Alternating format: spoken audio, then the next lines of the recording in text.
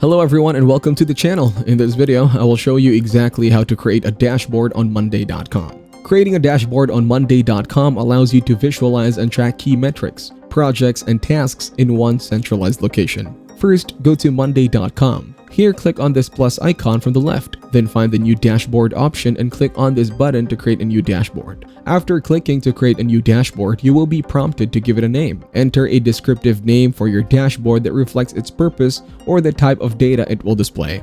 Once your dashboard is created, you will be asked to connect it to any specific board. Next, you can start adding widgets to display data.